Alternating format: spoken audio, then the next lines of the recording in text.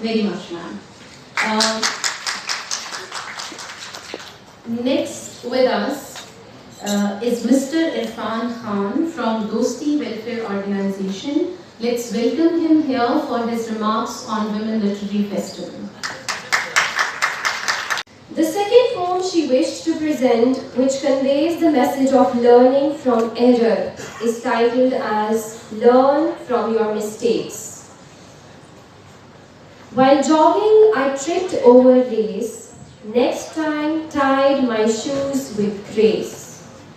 I sang out of tune at the dinner, practice, well, almost made me a crooner.